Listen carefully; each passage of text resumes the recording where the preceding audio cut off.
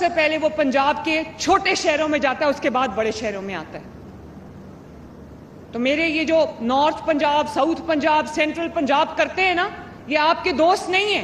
पंजाब को इंशाअल्लाह ताला मैं एक मुट्ठी की तरह जोड़ के रखना चाहती हूँ, और पंजाब के बसने वाले पंजाब के अंदर बसने वाले किसी शहरी को कभी ये एहसास नहीं होने दूंगी कि शायद हम किसी से कमतर हैं। साथियों, सिंध के कौम परस्त हुजण जो तानो ॾींदड़ पंजाब पाण कौम परस्ती ते लही आयो आहे। सीएम पंजाब मरियम नवाज़ थी चवे त जिथे पंजाब जी ॻाल्हि ईंदी या पंजाबी जी ॻाल्हि ईंदी उते असां ॻाल्हाईंदासीं। सिंध जे माण्हूअ खे हमेशा कौम परस्त हुजण जो तानो मिलियो आहे। जेकॾहिं पंहिंजे क़ौम जे हक़नि जे लाइ निकिरण ऐं पंहिंजी क़ौम जी वारसी करण खे कौम परस्ती चयो थो वञे त इहा कौम परस्ती ग़लति न आहे। ऐं जिन हमेशा सिंध खे ऐं सिंध जे माण्हुनि खे कौम परस्त चई करे ताना ॾिना आहिनि, हाणे उहे पाण कौम परस्ती ते लही आहिनि। काश सिंध जो वज़ीर आला सिंध परस्त हुजे हा। मां थो चवां हू कौम परस्त न, जेकॾहिं सिंध जो वज़ीर आला सिंध परस्त हुजे हा त हिननि में एतिरी जुरत, गैरत ऐं हिम्मत न थिया त ही असांखे ललकारनि। वसीलनि जा मालिक सां पाकिस्तान में सभ खां वधीक पाकिस्तान सॼे खे गैस प्रोवाइड कंदड़ सूबो जेकॾहिं आहे त उहो सूबो सिंध आहे।